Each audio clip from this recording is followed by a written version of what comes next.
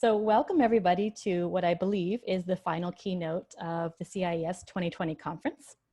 I'm Dr. Sharon Stein from the University of British Columbia, and it's my pleasure to serve as the moderator of this panel. We're very happy to be here with you today in these strange and uncertain times to talk about the geopolitics of being and what this means for education. So just as a quick reminder, the intention of the panel is to interrogate the ontological and epistemological underpinnings of the educated subject. And our intention in doing so is to both interrupt colonial habits of being and gesture towards horizons of possibility for knowing and being otherwise. In many ways, this is a very fitting topic to address in the midst of a pandemic and the larger set of interrelated social, political, economic, and ecological crises that we find ourselves in. So in this context, where growing disillusionment with the promises offered by our inherited systems exists at the same time as enduring and even strengthened investments in the fulfillment of these promises, our presenters will offer a different set of pathways into the question of how we arrived at this stormy place. Rather than simply proposing prefabricated alternatives, the presenters will invite us to sit with the limits of inherited modern colonial habits of knowing and being, and to work with and through the complexities, challenges, and circularities that often arise in efforts to know and be otherwise. Instead of offering solutions, they encourage us to develop the stamina and intellectual, affective, and relational capacities that we will need to face this growing storm in a generative way. However, we also recognize that some of those joining us might be new to these conversations. So we generally find in our work that if people haven't encountered the ideas before, it can be a bit overwhelming to ask them to jump headfirst into the complexities. So we are presenting some of the introductory concepts today.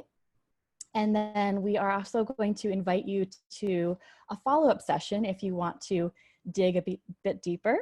So we will have a continuing conversation on May 21st at 10 a.m. Pacific time, 1 p.m. Eastern. And we'll share this link a couple times. We'll put it in the chat box as well, and we'll share it at the end of the session. So if you would like to join us for this follow-up session, you don't have to decide right now, but we will provide the link for you to join, as well as a place where you can enter your information so that we know who's going to be joining us. Of course, I also, again, if you're just joining us, if you want to enter your information on the chat box to let us know who you are and where you're coming from, that would be wonderful. And now I'm going to move on to introducing our panelists and briefly give a preview of what they'll be talking about. So first, we'll have Dr. Vanessa Andreotti, Professor and Canada Research Chair in Race, Inequalities, and Global Change at the University of British Columbia. Dr. Andreotti will introduce some frameworks produced by the Gesturing Towards Decolonial Futures Research Collective, of which she, Dr. Amsler, and myself are also a part. These frameworks will draw attention to some of the harmful and unsustainable implications of human exceptionalism, investments in separability, and presumed entitlements that tend to orient the currently dominant mode of existence, as well as go through some of the difficulties of interrupting these enduring habits of being. Next, we will have Dr. Sarah Amsler, Associate Professor at the University of Nottingham. Dr. Amsler will speak about the role of education in cultivating different horizons of hope. In particular, she will problematize the colonial circularities and colonial modes of temporality that tend to appear even within critical forms of hope, particularly those related to investments in the promise of continuity, certainty, and futurity. And finally, we will have Dr. Riyad Shahjahan, Associate Professor at Michigan State University. Dr. Shahjahan will illustrate some of the implications of the issues raised today, speaking particularly to the datafication of education as this relates to issues like personalized learning and university rankings. And he suggests that while on the one hand, these new phenomena require our critical attention, what is emerging is in many ways the logical continuity of an existing educational system rooted in individualism, separability, and the imperative to control and predict a fixed notion of reality. Whoop. So welcome to all of our panelists. And again, they will speak each for 15 minutes. Then I will offer a few comments at the end, and then we'll open it up for questions. However, if you want to type your questions into the Q&A section as we go through the talk so that you don't forget them, you're welcome to do that as well. So I will cede the floor to Dr. Andreotti. Thank you, Sharon. I think my role or cargo that was placed on me was to also do the land acknowledgement. And I'll do it following a protocol that I learned in Brazil, which starts with the acknowledgement of the land as a living entity, not property or resource. The second acknowledgement is the acknowledgement of all the costs of us being here today and the violences that and unsustainability that goes on, so that we can be here gathering through this technology.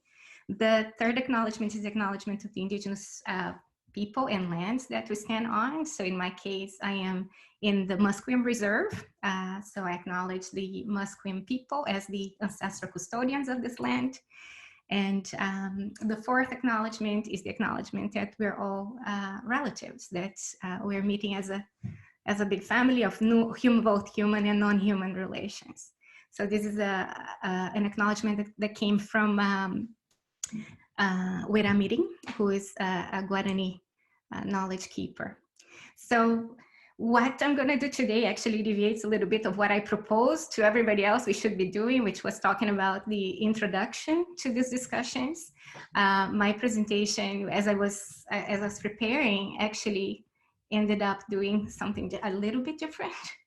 So the title of the presentation is O Buraco é Bem Mais Embaixo, which is a Brazilian saying that emphasizes how when we're looking at a problem, the problem is much deeper and trickier than it seems. So I'm going to be talking a little bit about the complexities and the enormous difficulties of interrupting colonial desires, attachments, and entitlements. So I'll start by looking at the work, just introducing the work of the Colonial Futures Collective, and then I'll focus on the cartography, social cartography of human exceptionalism. So the Gesturing Towards the Colonial Futures Collective is a transdisciplinary collective of researchers, artists, educators, students, and activists, including indigenous knowledge keepers in Latin America and North America, doing research and scholarship and artistic and pedagogical experiments together. It's just a site for us to experiment together. The collective brings together concerns related to racism, colonialism, unsustainability, climate change, biodiversity loss, economic instability, mental health crisis, and the intensifications of social and ecological violence. And as we were starting to talk about these things together before COVID, a lot of people would say, like, why are you putting all the crises together and creating more panic? So now with the change of context, I think some of these things are easier to talk about and easier to connect than they were before.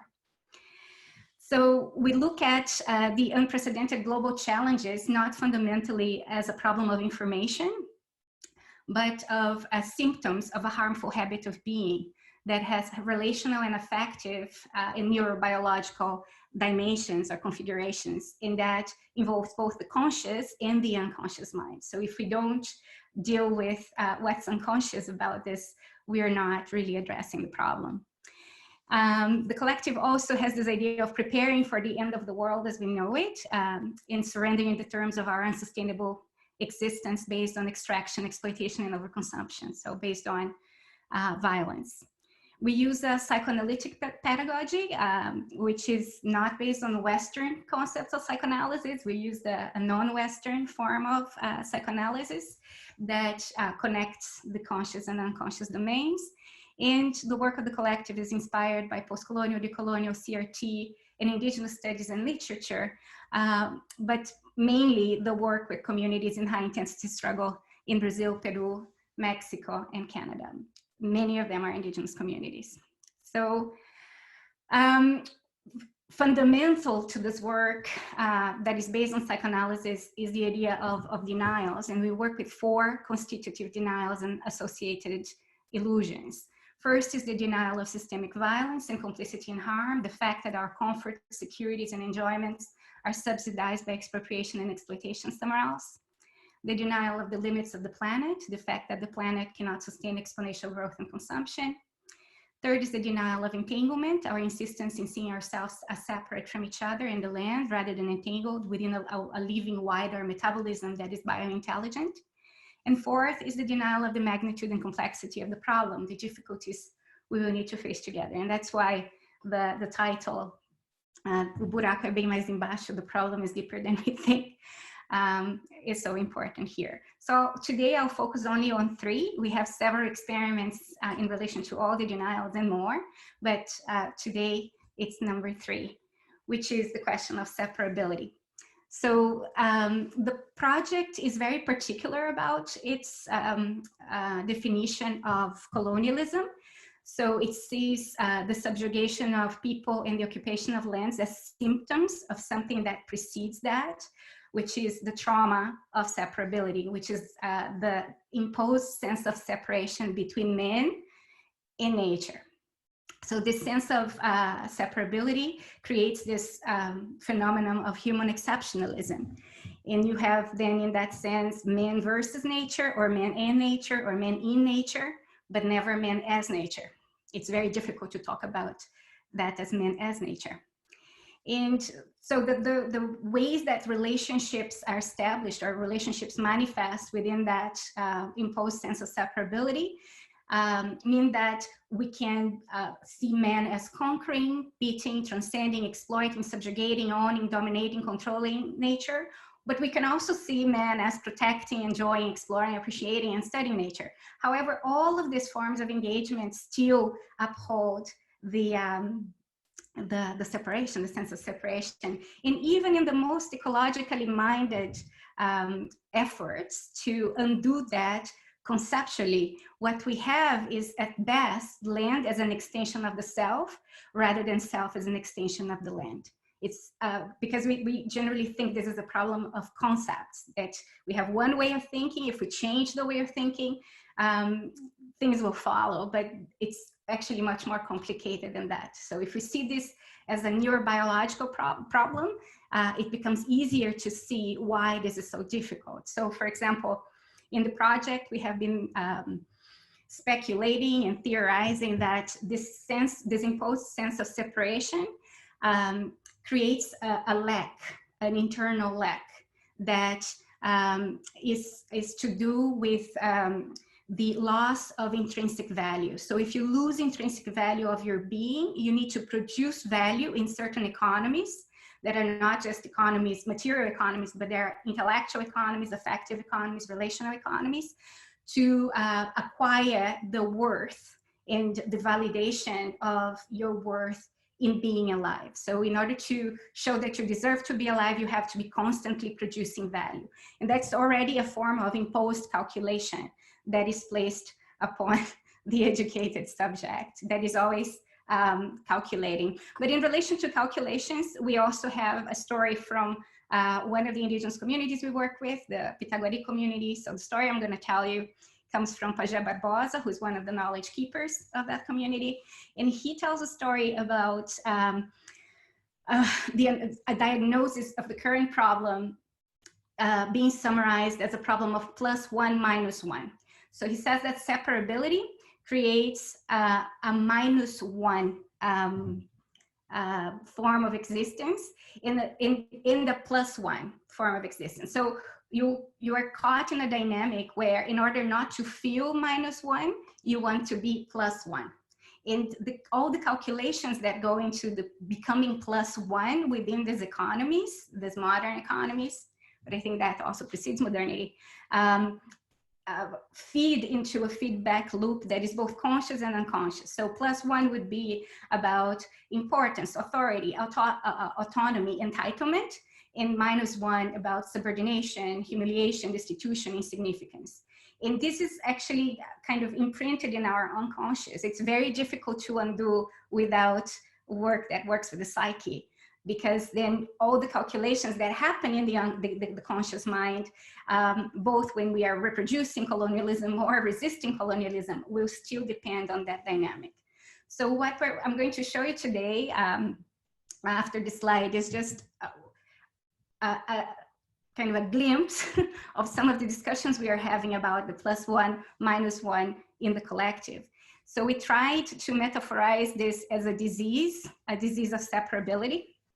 and look at cognitive, affective, relational, economic, and ecological domains. And this is a framework that we're using also with the indigenous communities to look at different aspects of well-being, justice, and healing. So looking at it from a psychoanalytic perspective, you would be focusing on attachments, unconscious fears, insatiable desires or hungry ghosts, social symptoms, and metabolic symptoms. So for example, in the cognitive domain, that -1+1 separability issue would make us very attached to meaning, because we are in a context where we are afraid of humiliation and belittlement. And the desire will be for certainty, control, authority, and audience. The social symptom of this manifests as arrogance, and the metabolic symptoms manifest as superiority and contempt. So that part of human exceptionalism creates different kinds of exceptionalisms and other hierarchies that end up impinging on how we think about thinking and how we relate to thinking in this context. The affective domain, there is a very strong attachment to validation. The unconscious fear is of worthlessness and pain. The insatiable desire is of self-importance and self-image, especially in terms of virtue, innocence, and purity. The social symptom is narcissism, and in a society where narcissistic hyper-individualism is encouraged, this is actually surfacing in very visible ways in our societies right now. And the metabolic symptom is of indifference and infantility, this refusal to grow up. The relational domain would be convenience, the attachment. The unconscious fear is rejection and abandonment, insatiable desire for convenient relationships, transactional projective relationships, social symptom of opportunism in terms of relationships and calculations all the time. And metabolic symptom is exploitation and abuse. Same thing with economic domain, autonomy, scarcity as the fear, and helplessness. Then here we have accumulation and property as hungry ghosts, social symptoms of greed and avarice, and metabolic symptom, commodification and calculation of everything. And the last one, the ecological domain, the attachment to enjoyment, the unconscious fear of death and loss, insatiable desire for autonomy, extraction and consumption, social symptom of entitlement, and metabolic symptom of negligence and irresponsibility. And we play around with these concepts. They're not just fixed in this table, but they have enabled different vocabularies for us to talk about some of the implications of that disease, which is in the next slide. So the first implication I would like to talk about in order to finish is the implication of a circularity of critique and propositions focused on isolated symptoms. So the idea that our ways of talking about it, of diagnosing the problem and of trying to solve it are focused more on the symptoms rather than the causes. Then we have problematic dispositions and multiple fragilities. And here we have the Radar's experiment and the lapse cartography, which are things that we might talk about in the next Zoom. Then we have the reproduction of unconscious colonial desires and entitlements as we claim to be challenging and resisting colonialism.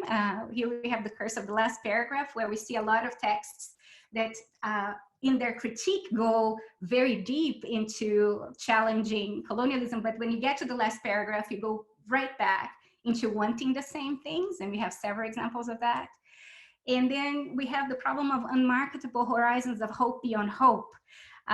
So things that we would need to do, but that are extremely difficult, first of all, to explain to people, and second, to excite people to, or invite people to do that with us. We say in the project that people generally want candy, and what we have is broccoli. So it's very difficult to get people interested in doing the work that is harder to do, I think, if we want to go deeper into interrupting colonial entitlement. So the first thing is interrupting our satisfaction with the benefits and comforts of colonialism, renouncing colonial entitlements, composting individual and collective shit together, affective shit, developing stamina for the pain and the difficulties of the long haul of this work, and activating responsibility before will.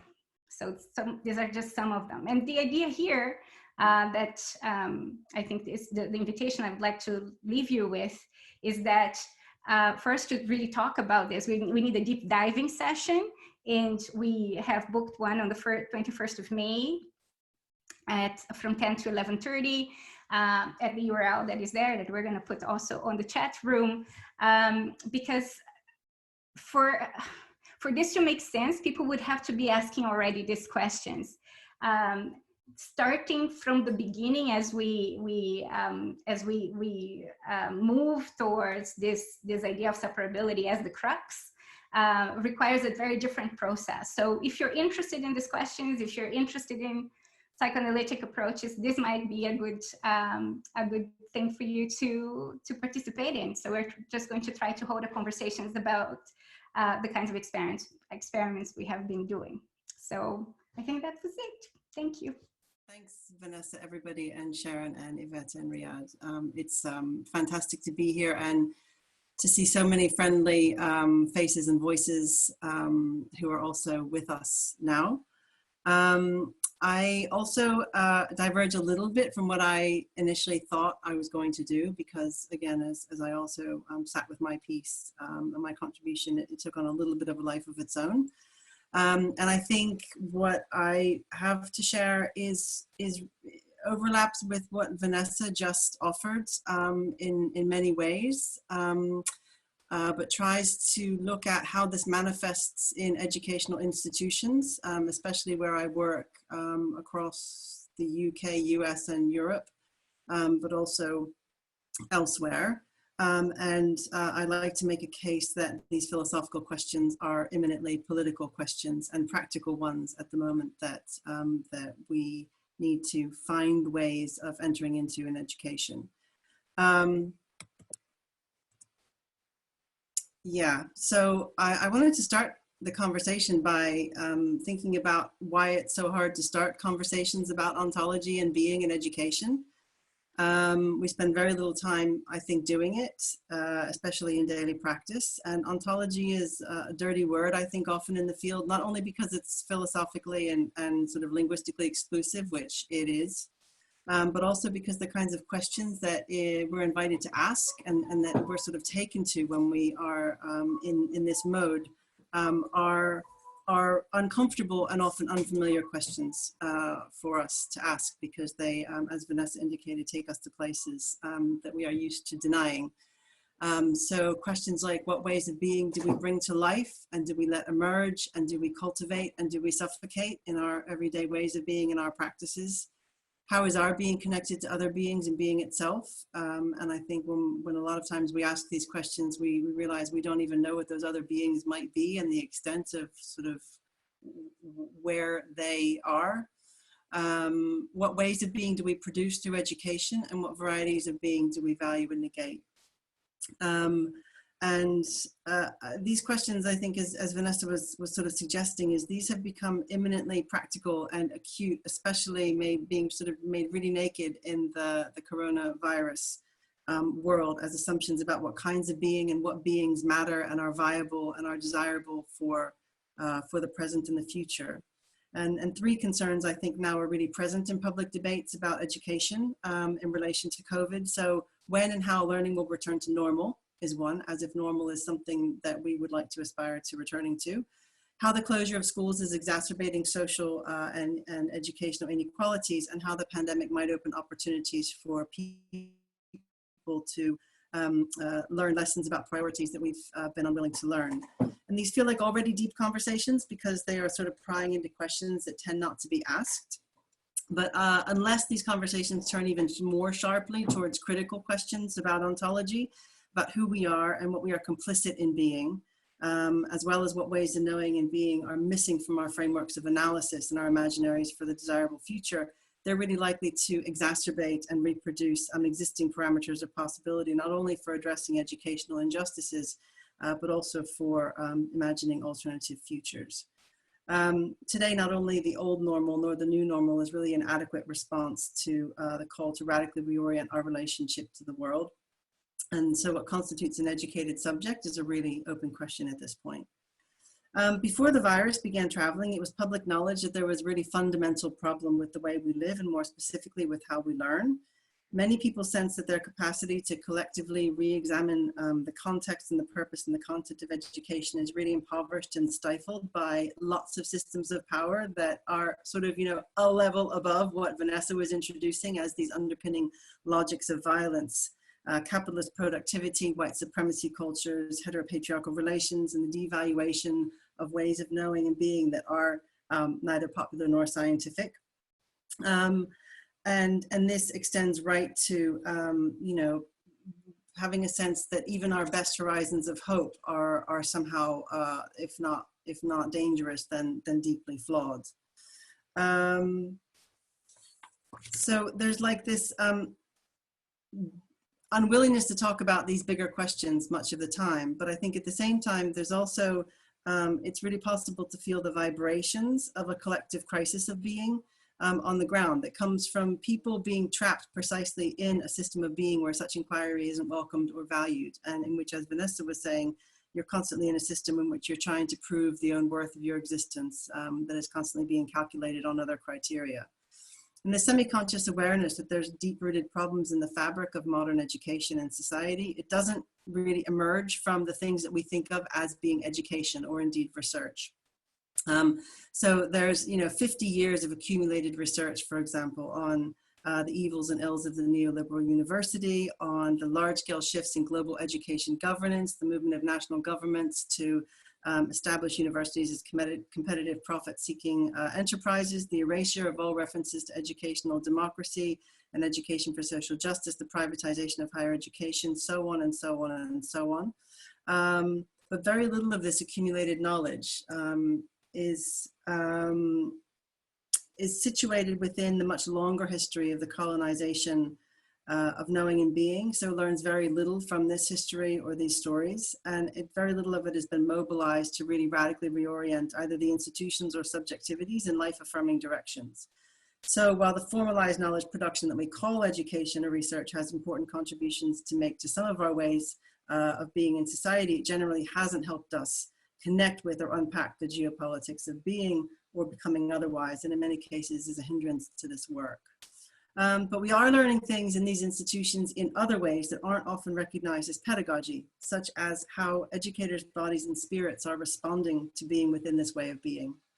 Sources of knowledge here include experiences of physical and mental illness triggered by modern diseases like alienation, exploitation, ontological insecurity, devaluation, misrecognition, invisibilization, and to go back to Vanessa's talk, the need that we have for recognition and visibility and identity and ontological security and all of these things. So there are different levels, and I would also encourage you to come to the deep dive conversation to explore these. They include psychological and financial strategies people use to employ to refuse being defined as a human resources, to measure the value of their existence by how much they're beneficial to advancing white supremacist, patriarchal, and capitalist comforts, and specifically to being forcibly separated from their whole selves, from their connection, the intimate connection with the other, from their capacity to interrogate their own place of knowing, their complicity in harm and their erotic power, and their connection to the earth and the multifarious complexity of its many relations and ways of being. So there's a lot of vibration, and there's a lot of movement around the problem of being unable to be in these systems that are fundamentally anti-life. The two images I have here are just examples of where this comes out in things I do. On the left is a visualization of a teacher sort of trying to illustrate how they sort of got air in what they felt like was an incredibly suffocating institutional situation filled with lots of sort of death-dealing logics. And the right is a cover image of a recent report on mental illness among academic staff in the United Kingdom. And I think there's such a lot to learn from being able to value these affective and relational and embodied ways of knowing the depth of the problem that we're facing, that we cannot ever capture with the kinds of knowledge production that we are rewarded for producing in institutions.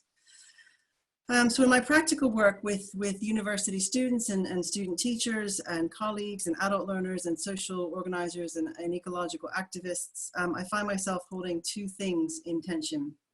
One is this irrefutable call from human beings and non-human beings for people to change the ways we live and how we relate to life, well beyond what really from within our current frames of being we can really imagine or sometimes bear. And on the other hand, an ongoing fear-based and to sort of echo Vanessa, a denial-based attachment to ways of hoping and horizons of hope that reproduce the very assumptions which have created this catastrophe in the first place. And so there are some really, Vanessa, I don't think you mentioned these particularly. This is from another cartography which sort of outlines what she and Sharon have called the modern colonial, and others have called the modern colonial global imaginary. And it's just trying to articulate some of the elements of the complexity of this imaginary that constitutes the way many of us are as moderns. So the separation, as she was talking about, of humans from the rest of nature, separation of humans into hierarchies, binary bodies and kinship systems, the sort of assumption that time is linear and progressive and teleological, histories, notions of history that are extremely Eurocentric, the valorization of capitalist production, the naturalization of the nation state, privileging of ownership of bodies and of land, liberal individualism, and the supremacy of universal, rational, and specifically scientific reasoning. And I think what I would encourage myself to do and trying to do and encourage others to do is these seem like a lot and they seem big, but actually they're a really interesting framework for analyzing what is actually being mobilized in our everyday educational practices, in our institutions, in our systems, in our policies. And to see, you know, no matter what we're doing sort of to tweak on the ground and to sort of practice in our individual relationships, what are the big logics that are moving things through and what kinds of being are they actually reproducing with the levels of violence that they always have. So I think this raises a couple of really interesting questions pedagogically in terms of ontology, which are questions we are working with in the collective, and they are questions we struggle with in the collective and in our own work outside of it, which is really under what conditions and through translation in which languages. And by languages, I don't simply mean linguistics, but I also mean languages of the body, languages that are beyond the cognitive, languages that are ways of communicating and understanding and connecting that are beyond the rational, the individual, the human. You know, what languages can being itself be recognized and embraced as a legitimate aim of learning, as a valid source of knowledge, and as a key site of individual and collective regeneration? That's one question, I think.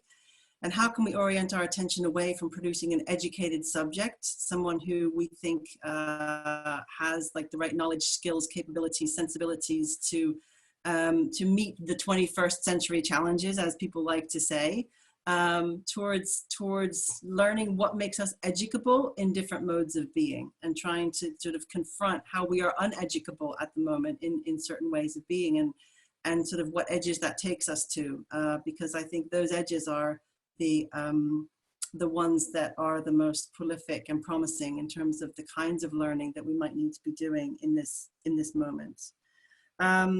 So I think that a lot of educators and policymakers for sure would look at the list I just put up and sort of distance themselves from some of those forms of violence and say that we don't need to worry about this because they're not important, and that's not what we are. We're not patriarchal, we're not overly capitalist, we're not, you know, we don't sort of value science over everything else, etc. But I think it's useful to just, again, consider how these filter through to the level of practice. And I wanted to offer just one example. Sharon, how am I doing, time-wise? All right, okay, cool. So this is just an example of a pedagogical tool that's used to make decisions sometimes about which educational strategies to use in order to try to challenge and sort of narrow the gap of social inequality. It's a terrible language that I don't myself use. But essentially what I wanted to illustrate is that what you have is you have on one side, you have lists of individual and collective interventions, arts, participation, aspiration interventions for kids. Then you have how much it costs. Then you have the evidence base, how secure the evidence is, represented by a lock. And then you have the number of months a student can progress in traditional educational curriculum if you implement this this form of intervention. And there's a lot of caveats with it. So they're saying it's not predictive, it's not generalizable, etc. But however, the building blocks of the framework, I think almost too conveniently for my purposes, and I think sadly for some other people, is that they map on almost exactly to a kind of version of a framework of the modern colonial imaginary that Boaventura de Sousa Santos crafted, called the 5 monocultures of non-existence. And these are 5 of the, 5 ways in which alternative ways of knowing and being throughout history and across space have been obliterated and made into non-existent, non-viable alternatives, even as they already exist and circulate as alternatives and possibilities in our own lives. One is the monoculture of the universal scale, and you can see that the kind of research that is used, the only kind of research that's used for this, is essentially various versions of the randomized control trial and the meta-analysis. Almost all of them are American or European based. So when it says international, there's a very specific meaning for that. The monoculture of capitalist productivity, represented by the amount that this kind of justice work costs and how cost effective it is. The monoculture of scientific rationality, again, in terms of the sense of that something is secure, locked down because it's been studied in X number of randomized control trials over a period of time. The monoculture of naturalized difference, which assumes that there are, that we can sort of categorize children and young people into groups that need to then be sort of brought onto a standardized level. And a monoculture of linear time, that in terms of, once you apply these things, that there is simply a progression in terms of a specific way of being, a specific way of knowing that can then be measured in that way. So I think this is a really explicit example, but these logics permeate the globalized educational system. And while I don't have time to discuss it here, it's also applied to the way that educators and educational activists respond to the globalized system. You see many of these monocultures and many of these elements of the modern colonial mentality and subjectivity and psychology and way of being in the ways that we also resist and try to resist these systems. So I think these are not the logics that will enable us to embrace the complexities of striving towards being and becoming otherwise in education or beyond. And they are precisely the ways of being that make this impossible. They have historically sought to make non-existent all ways of knowing which embrace complexity. If we can't or won't see how they have made us the educated subjects that we are, then we'll remain, as it has been charged, dangerously uneducable. And if we say we can't change until we can see alternatives, the result will be exactly the same. We can't replace ways of being by learning other ontologies in the way that learning is traditionally understood. So I guess my invitation would be to recognize, to interrupt and divest from existing ways of thinking and being in the absence of ready-made alternatives, and to be at the edge and to sit at the edge of that impossibility until we understand in new ways what we need to learn. And I'd ask, what if we could struggle with and through this not knowing rather than fighting it with broken tools? What if we took guidance from our collective and entangled bodies rather than being distracted by languages and practices that numb our senses and separate us from our being? What if our desires were guided less by a need to know what works, either to sustain or to dismantle the system, and more by the creative energy for change that Audre Lorde has told us comes from those physical, emotional, and psychic expressions of what's deepest and strongest and richest within each of us being shared, the passions of love in its deepest meanings? Thank you to my colleagues, Sharon, Vanessa, and Sarah, for setting the context for this wonderful panel. And a lot of the things I'm going to talk about basically piggybacks on many of the things that Vanessa and Sarah just shared. But what I'm going to do is I'm going to try to ground it more in a contemporary institution that many of us are involved in CIES. Whether it's students, faculty, or working as consultants, or getting knowledge from or towards solving the so-called global problems of the world, and that's higher education institutions. So my talk is really about what gets in the way of knowing and being otherwise. And it's entitled Freeing Ourselves from a Calculated Way of Being, Datafication and Higher Education.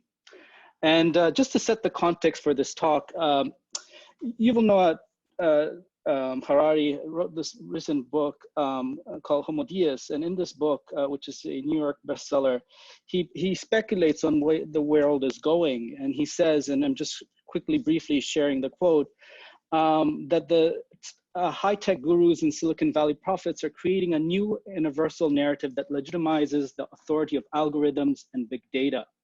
In its extreme form, proponents of this dataist worldview perceives the universe as a universal flow of data, see organisms as little more than biochemical algorithms, and believe that humanity's cosmic vocation is to create an all-encompassing data processing system and then to merge into it. And when you look at this quote, it looks like, whoa, this is a lot, this sounds crazy. But the question is it that crazy? How far are we from this dataist world? And the issues I'm going to raise is grounded in higher education, but I see similar kinds of issues going on in the K-12 education sector as well as the international development center sector as well of CIS. And Harari in his Nature article says that this automation revolution is emerging from two scientific tidal waves: computer scientists who are developing artificial intelligence algorithms that can learn and analyze massive amounts of data and recognize patterns, while at the same time biologists and social scientists are deciphering human emotions, new jobs, and so forth. And so again, the question is, how far are we from this vision? So on your left, you'll see that actually we're not that far. So on your left, you see a person with standing in front of, behind a screen, and that's Ashok Goel. And Ashok Goel created one of the first AI TAs in Georgia Tech. And what happened with Ashok is in 2016, he introduced this in his computer science course. And there were other TAs in this class of 350. And the AI he introduced was called Jill Watson. And at the end of the course, Jill Watson was considered to be the favorite TA, and students wanted to nominate this Jill Watson. They weren't aware that Jill Watson was an AI. So AI has already started in higher education. In a recent systematic review, and I'm taking you to next on your right, you see the systematic review of artificial intelligence in higher education. Based on 146 studies, there's already emerging testing going on how to introduce AI into teaching and learning, into students' performance and so forth. So this is going on, and this is not just a global north thing. This is happening all over the world. And again, the disciplines that are shaping this artificial intelligence research in higher education happen to be what Harari was warning about, which are mostly folks from computer science and folks from the STEM fields. Interestingly, talking about STEM, recently in the UK, they're testing how to use genetics as a way to predict university success. And so now educational genomics is a growing field of study.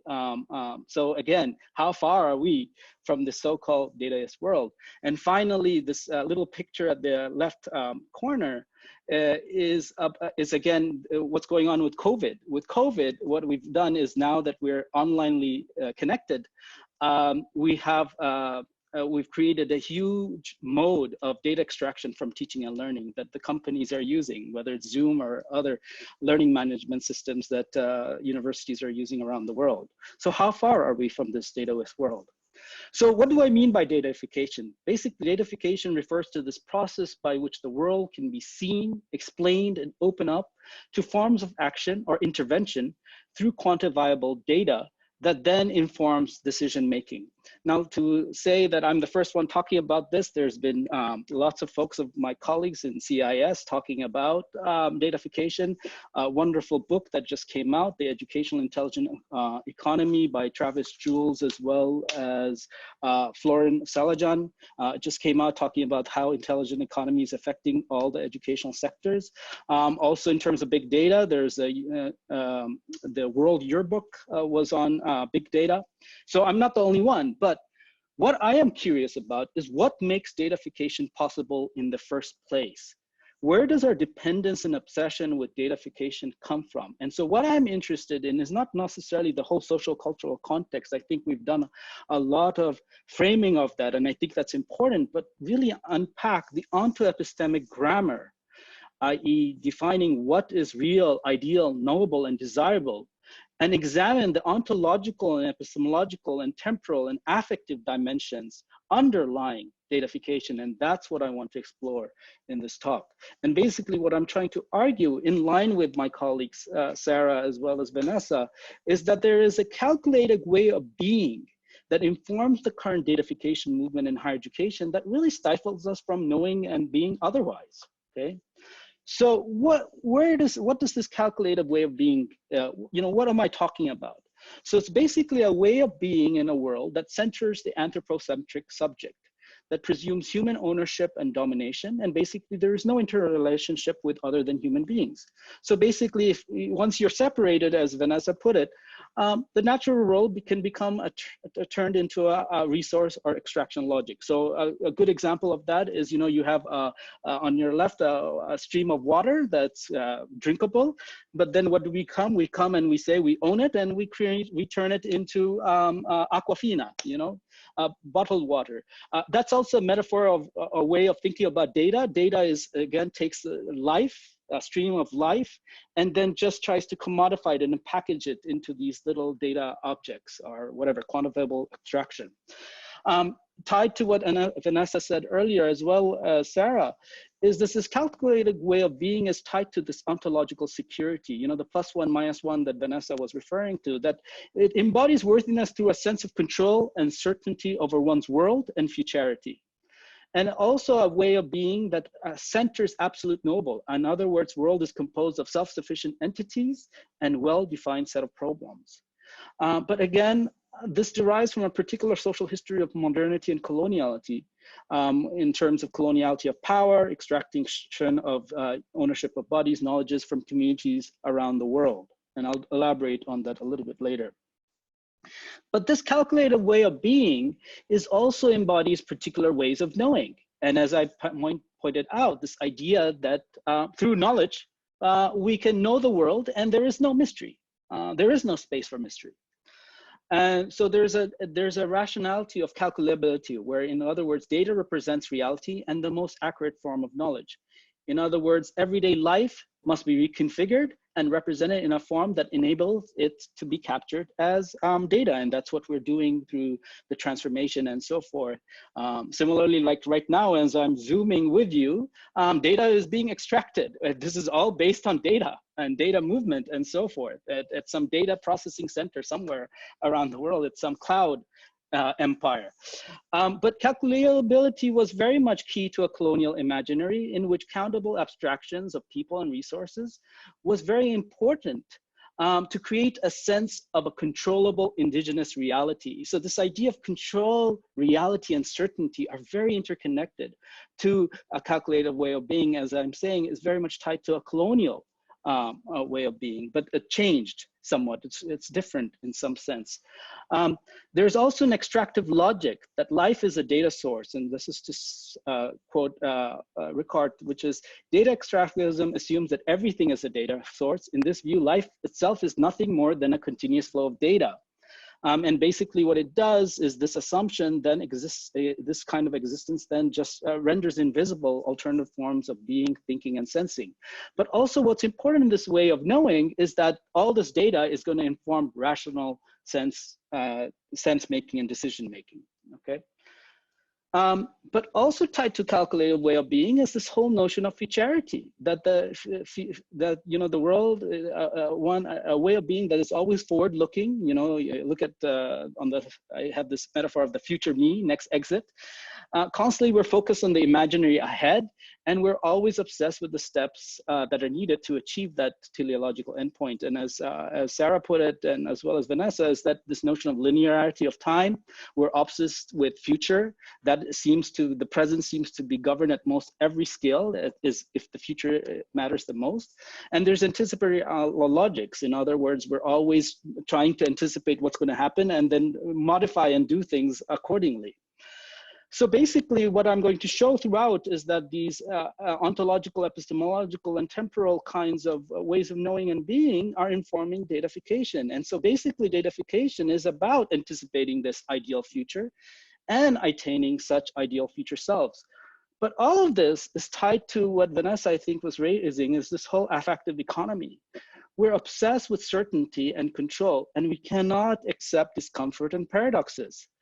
Basically, we cannot live with an imoscape of precarity. We are fearful of uncertainty. And I mean, this is exasperated. And of course, this sense of precarity is uneven around the world in terms of social positionality, where you are, who you are, things like that. But also there's a notion of instant gratification. And that's what datafication offers, is this kind of sense of, we know. It also gives us a sense of certainty, assurance, and hope. And that's what the calculated way of being is. It wants to embody ontological security, this sense of that I am only worthy, as Vanessa put it, if I'm in control, if I'm certain, if I have certainty as well as hope. So data in that case is perfect to feed that ontological security, because it provides us a sense of trust within an emoscope of precarity that one is indeed in control.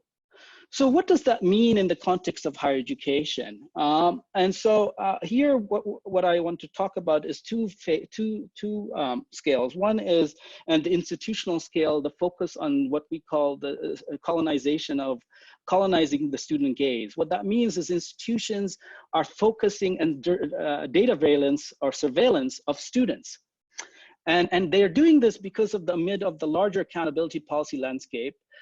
Basically, it helps the institutions to feel like they're worthy, that their existence is worthy, by justifying to others that they're indeed in control of student recruitment, enrollment, graduation, and dropout, okay? And again, as I said, there's a calculating way of being that is informing this sense of worthiness, because this calculated way of being is seeking predictability and futurity of student behavior while striving to tame institutional risk and uncertainty. And so I'm using institutions as a sense of self here, in terms of how the institutions, because of its insecurity, is trying to then secure the futurity of others in order to then show that it's worthy of existence. So here are some examples of what proponents say of datafication. Big data can provide the predictive tools. It can ensure academic programs are of high quality standards. Another anonymous person inside higher ed states that, and this is in relation to why we need to introduce AI into higher education, is that, colleges and universities right now are grappling with shifting demographics, but we cannot just respond, but we need to anticipate the need of today's students. And early returns suggest that AI can play a role in helping institutions tackle this pernicious challenges. So again, there's this narrative of we need to be in control. It's not just enough to predict, but we need to be able to already know and have this little, not a compass ball, I forgot what right now, anyway, the metaphor is not coming, but it might come. This idea that we can already, like an oracle, right? But it's, again, tied to kind of linear notions of time. So here are just some examples of the things that are being used right now in datafication. Right now, on your right, you'll see a calculus tutor and so forth. That's actually Pearson's IDA. That is a personalized adaptive learning system that has been introduced to students to help them learn about calculus, help them solve problems. You can actually take images and then it can feed you answers, okay? but basically what these examples are showing is that students are being hacked for data extraction, and they're being hacked for a couple of things. One is to help student retention. In other words, we want to avoid dropout, to help with recruitment, admissions, and course enrollment, and of course on learning.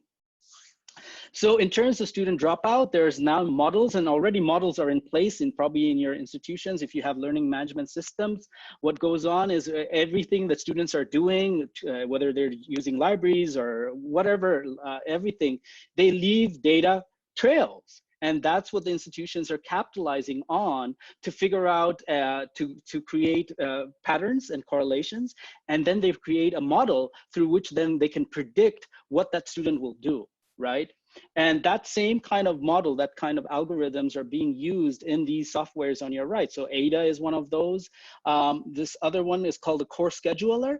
The course scheduler is institutions around the world, particularly in the United States, are using College Scheduler, which is again a platform that is supposed to help the students figure out where they should go and so forth.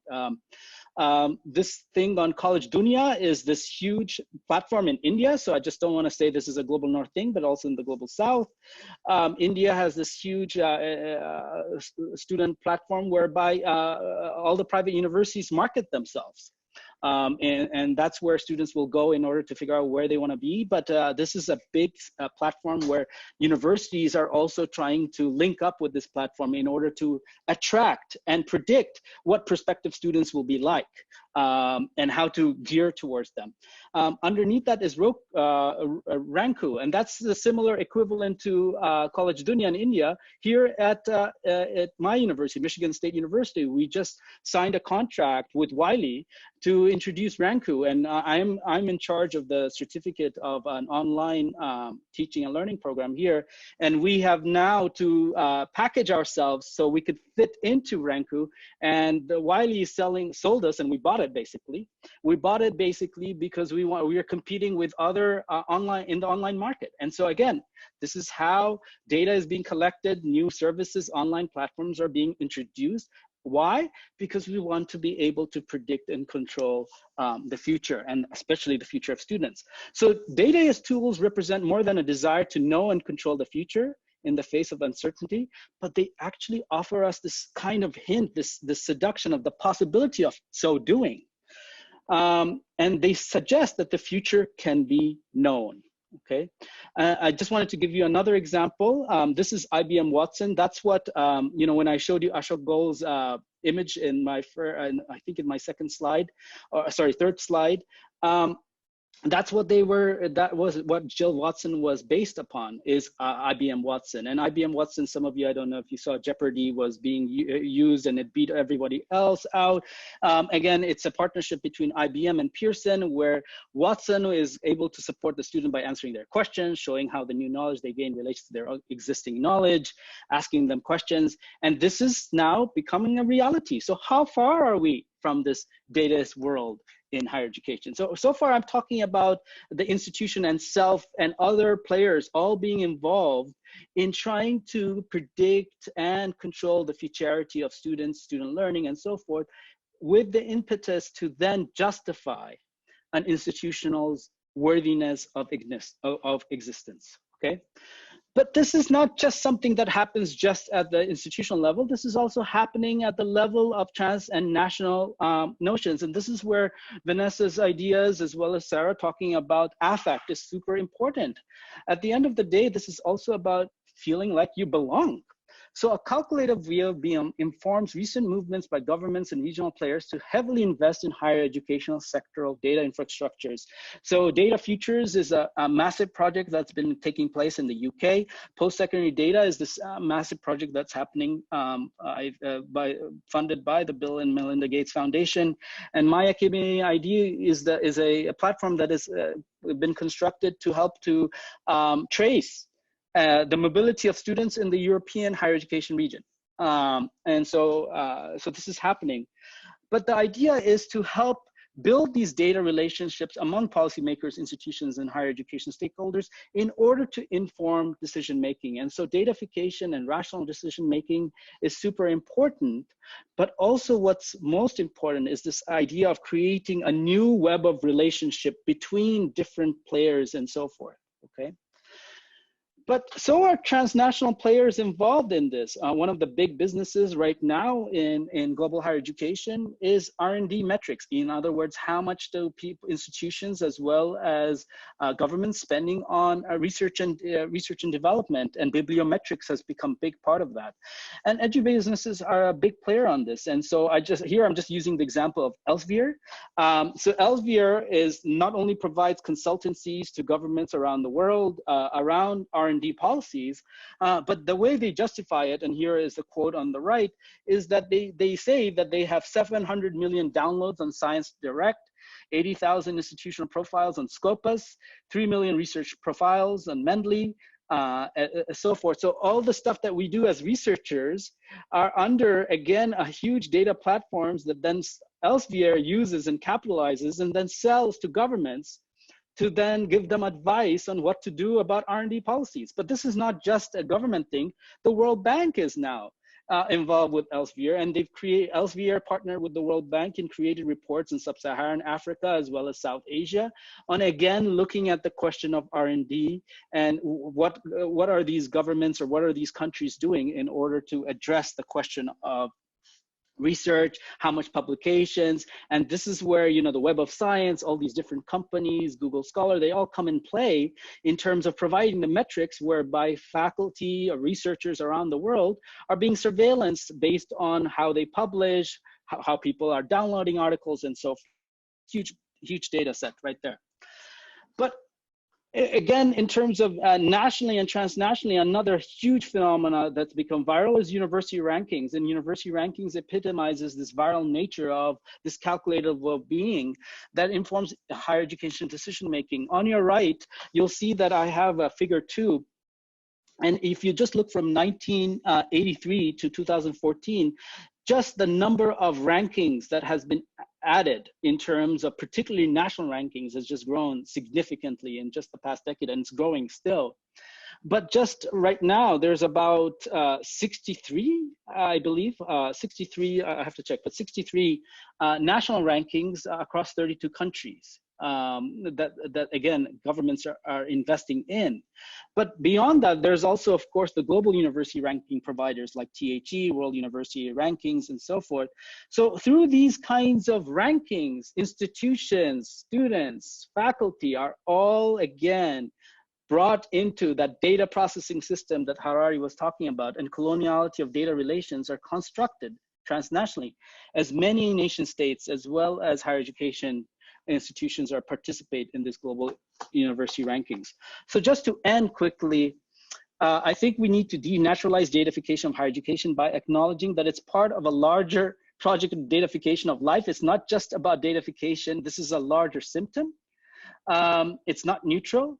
And it's not a universal project. We need to also interrogate and center other ways of knowing, cultures and ways of life, such as mystery, that datafication is really trying to obliterate. We need to interrogate whose voices are in these datafication regimes. And we need to ask, finally, whether we can redirect our temporal and affective gaze otherwise. Can we embrace other ways of knowing and being? Thank you so much, Riyad, and thank you everyone for your really thought-provoking presentations. I don't want to take too much time with offering just a few comments, and I will also encourage you as I do so to enter your comments or your questions, sorry, into either the Q&A section or into the chat, although I would encourage the Q&A section just because the chat has a lot going on, so it will be easier for us to keep track in the Q&A section specifically. But I just wanted to, rather than try to summarize all of the presentations, which would be quite an undertaking, and I don't want to take more than a few minutes, I do want to just bring up this issue of the way that the kind of critiques we've offered here today are generally received, and some of the difficulties of that and how that relates to some of the circularities that people have been discussing.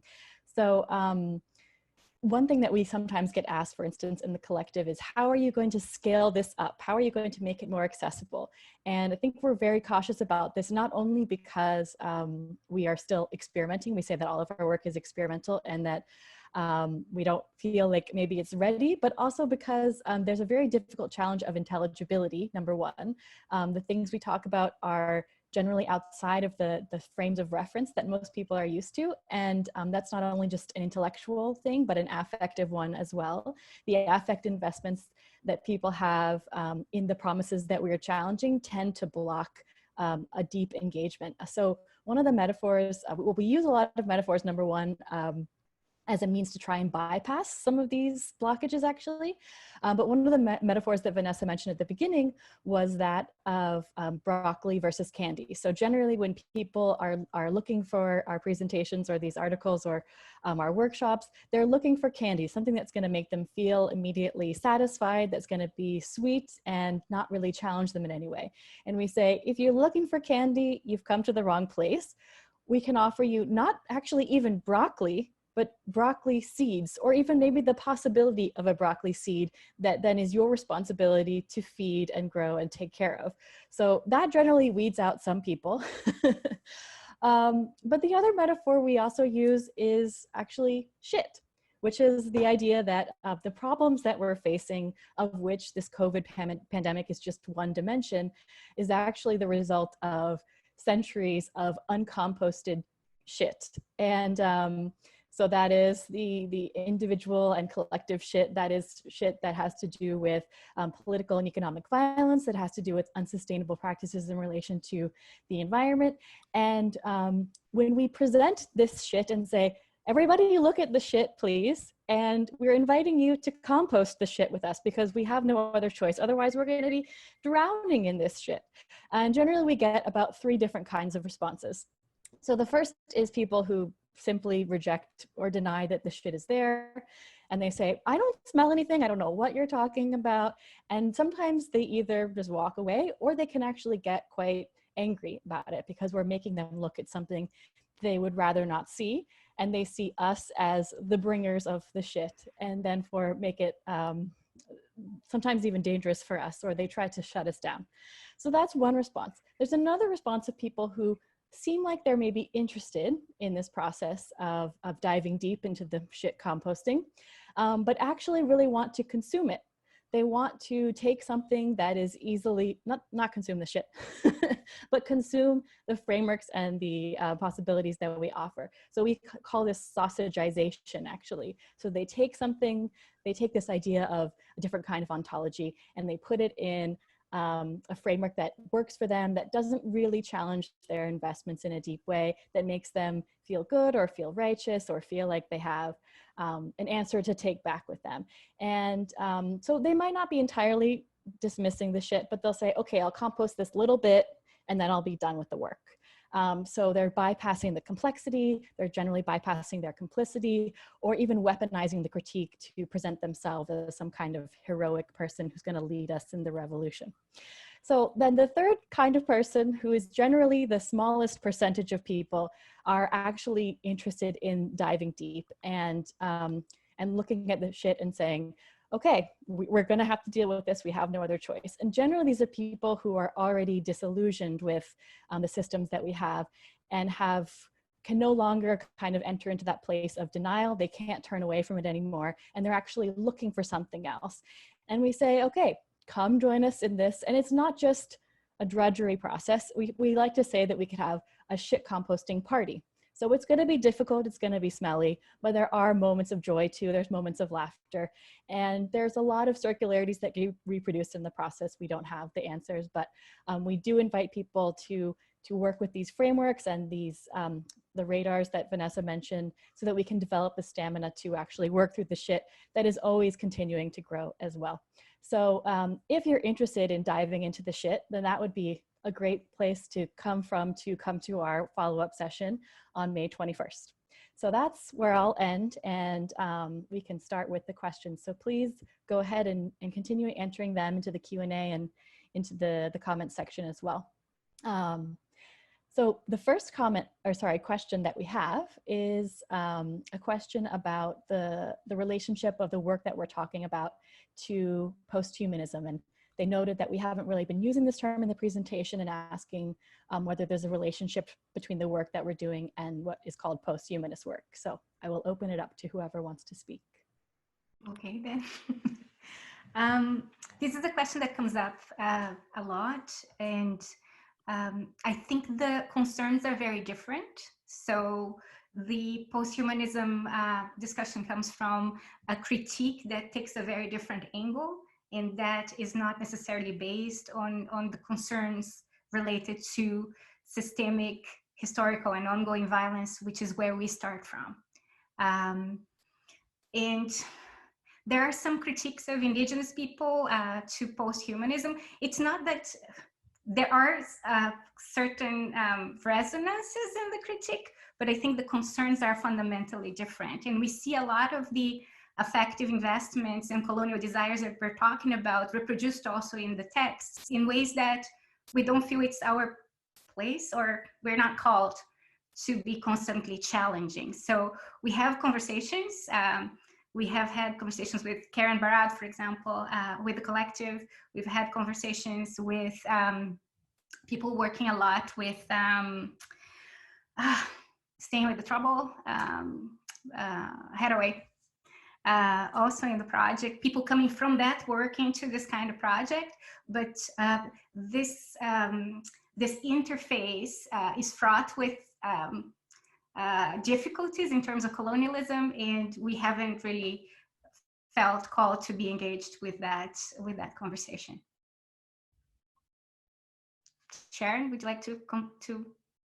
What is it? So Todd, the person who has called out to the contradictions? She has an article. It's something like ontology is just another word for colonialism or something. It was a blog that became an article. There's also Zakiya Jackson, who has an article about how many of the posthumanist scholars erase this question of race and want to transcend the colonial notion of man while retaining all of his privileges, essentially. So there is as you say, a conversation there. And I think it would be an open invitation for someone who wants to make these different connections, but as Vanessa notes, it's not our focus. I think I sort of sit, I think, probably much more at that interface, and I think part of my work is to be discerning about how those ideas travel and like contaminate each other and cross-fertilize and also maybe colonize, not mutually. And that is work that I tend to do, like with this collective and also with configurations of this collective, so that then that work can come back in a different way, and also independently to try to sort of sort things out with other groups as well in conversation. So there's quite a lot of work and traditions, knowledge traditions that move in and out of the work that we do. And I think there's, you know, as Vanessa was indicating and Sharon, there's quite a lot of work that does need to be done to discern where are the concerns actually coming from, where's their locus of enunciation, what are their politics, and really what is the colonial weight of them. So so I think one thing too is that we also try to honor that generally in these efforts to go beyond or to challenge this notion of the human, there's two dimensions. There's a yearning. We have a distinction between yearning and desire. So the yearning, we say, is that something that's sort of ineffable, that we're looking for something else because the other parts of us that are being denied are feeling exhausted and are looking for some other kind of nourishment. So we want to honor that people are looking from that place, but we also know that because all of these other things are available and because the colonial desires are so strong, that there's also, they get kind of trapped into this desire that they're already predetermined kind of ways that the yearning gets colonized into these forms of desire. So we always want to honor that yearning while noticing that sometimes it goes into these harmful, these circularities of desire at the same time. And most of these interventions like posthumanism or object-oriented ontology or these other things, people have maybe some dimension of the yearning there, but it reproduces a lot of the colonial desires as well. So Clarissa is asking that this question about how we overcome or face our fears, because this is what keeps us sometimes from diving into the shit. I don't want to say I have that universal answer. But what I'm going to say is that, yes, fear is real. But the problem is, and when I say we, I'm talking about a very specific we. And here I'm talking about the modernity we, okay? I'm not talking about the whole world. Is we're so comfortable with knowing answers. And so to me, the idea of fear is really tied to the notion of a fear of mystery. And part of the fear is also tied to, and here, because the question that I'm hearing is this idea of how we overcome fear, right? And in many ways, this question of invisibility is shaping that fear. We need something visible all the time. And another thing I would say is fear is very much tied to us, which is kind of interesting versus other animals, because even though a tiger is not in front of us, we always think the tiger is in front of us, even though it's not there. So it's an unconscious thing, as Vanessa was putting. So anyway, that's my little 2 cents. Anyone else want to speak to that?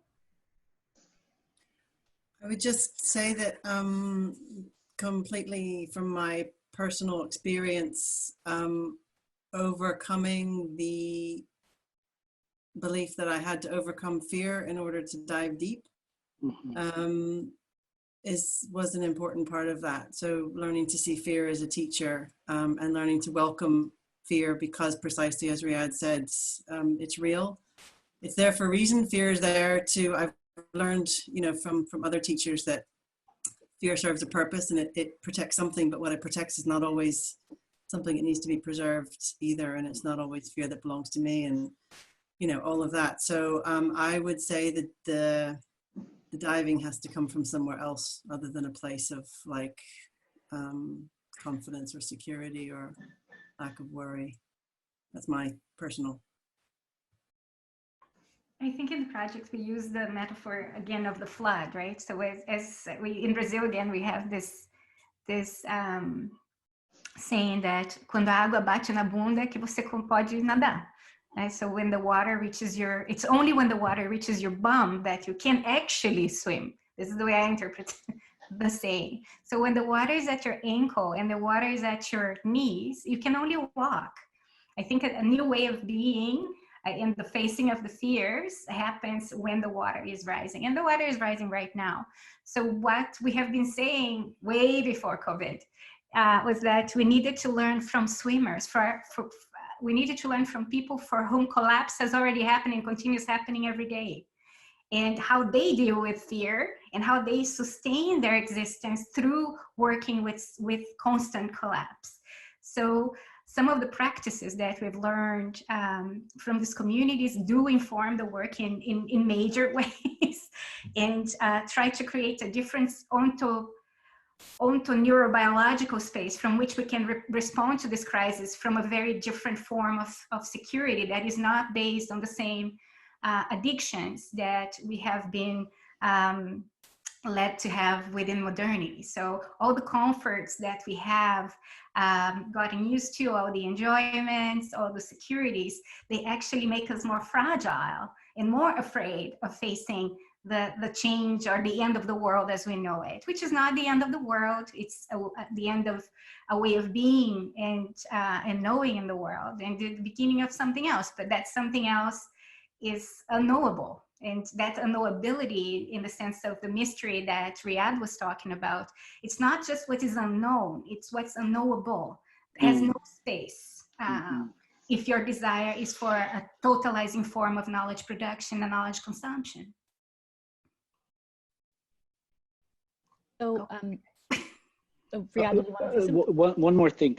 I think also fear is very much tied to an ontological belief system that we're self-contained entities. We're self-sufficient entities. And so when we start to embrace the idea of that we're actually co-produced with everything around us, and here I'm not talking about people, I'm talking about nature and everything around us, that we're all related, then that fear is different. And that the notion of, I don't know why it's not coming to me today, sorry about that, but this idea of self-sufficiency is very much taught, and it's part of a particular ontological slice of the world that suggests that we are not interconnected. Hence, we don't want to have faith in anything else but ourselves and systems that we build. It's interesting, Riyad. So I just want to jump a little bit on that, because Yeah. when you say belief and idea, it's still conceptual. Like at least the ontology, I think, goes beyond concept. It's a number, it's 99 senses, where making sense is just one of the senses, right? That need to be reactivated so that we can sense ourselves being part of a metabolic organism. Right. But just changing ideas, like importing indigenous knowledge packages into the mainstream or alternative spaces, is not going to do it. We're going to be saying something and feeling and being neurobiologically structured into the old. So how do we create this form of neurogenesis, where instead of dopamine, oxytocin, adrenaline, and endorphin, we go for things that we haven't even experienced anymore, because these things have been exiled from the realm of possibilities of existence within the house that modernity built. So we would need not just a shift of concepts or ideas or beliefs, but it's something to do with the body and with the unconscious that needs to, in cognitive part is part of it, and the intellect is part of it. But if we just focus on the intellect, like the indigenous communities you work with, they say it's 20%. But they say what we'll have to change is our guts. They didn't change the heart. The intellect follows, rather than the intellect changing the body. The body won't be able to be changed through the intellect. We'll have to figure out another way. And I know you know this, but... No, what I'm suggesting is when I say shifting ontology, I don't mean ways of knowing. I'm saying ways of being. And what I'm saying is that there's particular categories that are, as you put it, reinforced constantly, that we only know through certain kinds of certain facilities. And in so doing, that then stops us from the 99 senses you're talking about.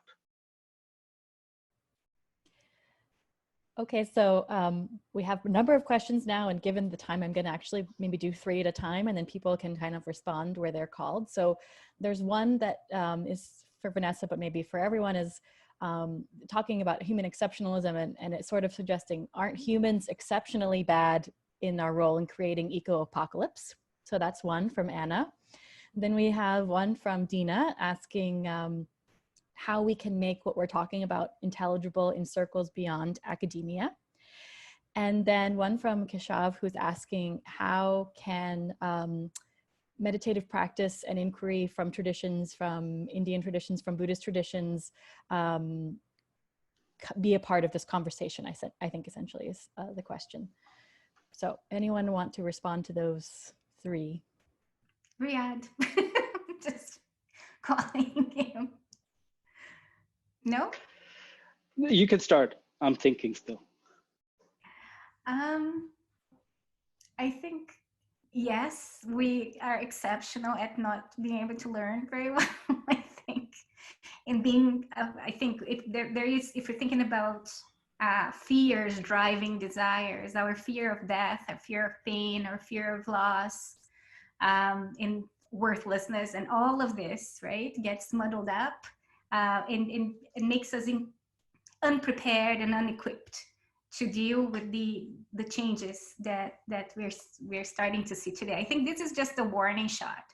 Real change is going to come, but we're not prepared for it. So what I think we should be doing right now is actually preparing for the long haul of this.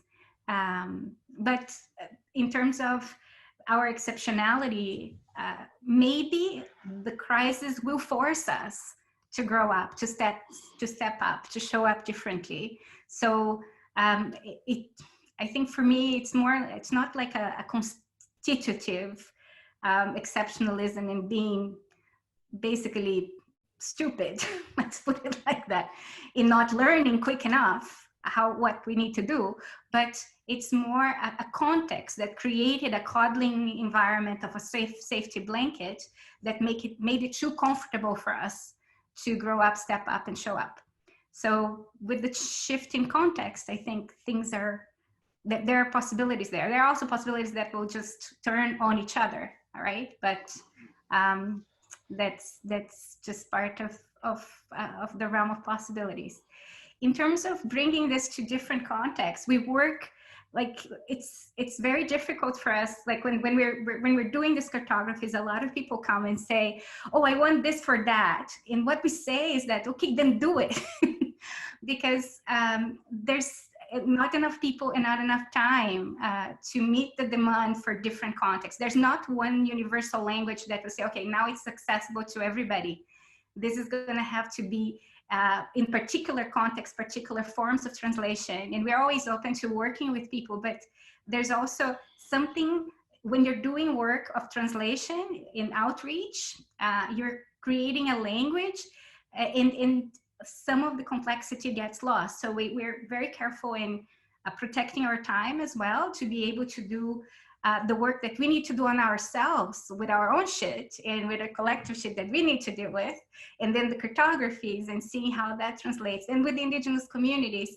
So we're very protective of the time to be able to honor the work that needs to be done in terms of depth of the work.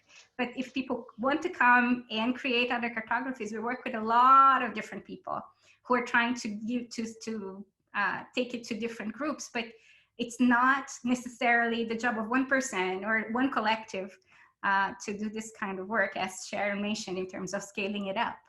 It will depend. We're not trying, what we say is that we're not trying to convince people of this. We're just doing these experiments that we're really interested in, that can bring some medicine to some context, but we're not going to go there and then just say, this is for everybody. Like putting LSD in the water. We don't believe this is a good idea. So we're not going to do that. The question of translation, yeah, it's like a big conversation as well, you know, because there is so much pressure. Also, I think, you know, we feel like it's really important. And I think for me, there's a real tension, because I think for me, when I do try to not translate what, for example, I've you know, presented here or written about or done in different experiments, but if I try to like inform what I'm doing in a different context with young children, for example, or with people who are working in literacy education, or with, you know, university students,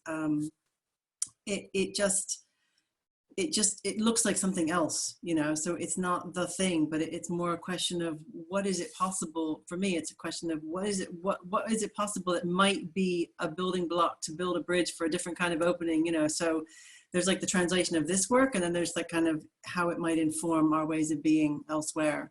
But it's difficult with the academic as well, and the practical. You know, I really struggled to prepare something for today, because I've been so caught up in an embodied way with trying to be with these problems and these questions and you know, relationship between, you know, in terms of COVID, and trying to then translate that back into something that was, you know, presentable for academic space was also quite different. And I felt like actually real resistance to it, actually. So there's a lot of back and forth, I think. Also, Dina, hi. So we are at our time, and I know there's more questions, but the great thing is that we are having our follow-up session. I'll just resend the information one more time. So if you have a burning question and you would like to bring it to the May session, please join us. I just want to thank again all of our amazing panelists, all of the attendees, and your great questions. I want to thank CIES and Iveta for helping us to organize this. And I hope that we can continue the conversation in one way or another.